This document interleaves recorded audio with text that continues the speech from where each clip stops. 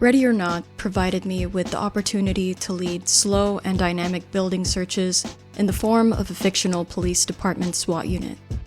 You play as the team leader for a squad of 4 officers. The game was comprised of 18 different missions plus 2 DLC missions, each of which took place in many various settings. I appreciated how different the missions were from each other, and completed 13 out of the base game's 18 levels in Commander mode. I found that I did a lot better when the mission took place in a house, because more enclosed spaces meant crazy angles weren't as prevalent and were more easily accounted for.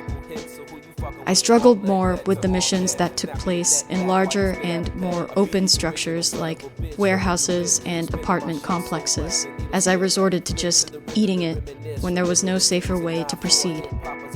Controlling a team of 4 NPCs came with its complications. I often found my guys over-penetrating rooms upon entry, making me spam the Z button to preemptively call them back before they spread out too far.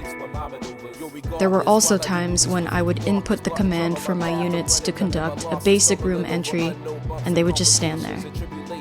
I appreciated the tactical nature of this game, and the fact that the character you controlled could not sprint.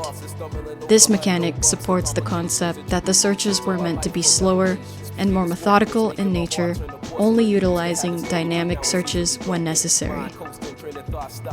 Being the team leader is the easiest job in the squad because you're for the most part in the back, calling all the shots when needed, and making sure you and your squad are practicing efficiency and safety in the best way you seem fit. There's a trauma mechanic in this game, as the officers are often highly affected after a mission where they took fire, got injured, or watched a fellow officer die. This often causes officers on your squad to resign, while others receive the option to attend therapy and return at a later time. I reached a point in the game where all my officers either resigned or were in therapy, but thankfully I was still able to play through missions with a new team of 4 randos whenever I started a mission. In between the missions, you could explore the police department and customize your character's gear and weapon loadouts. The more missions you completed, the more of the police department you could explore. Ready or Not was one of the more realistic police games I've ever played. A few of the missions were a bit over the top, but a majority of the levels, especially the school shooting level, felt eerily realistic until I had to play through some of them multiple times because I kept dying.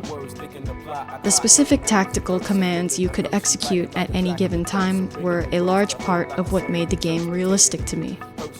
You could even give suspects verbal commands to gauge compliance prior to and while taking them into custody. You had to pay good attention to the suspect's body language, their dialogue, and their surroundings in case they decide to stop listening to you. I like playing all kinds of police games and found Ready or Not to be fairly useful for practicing the implementation of basic building clearing concepts. Into the eyes of the Lord, calculating what more, seeing the signs of heaven.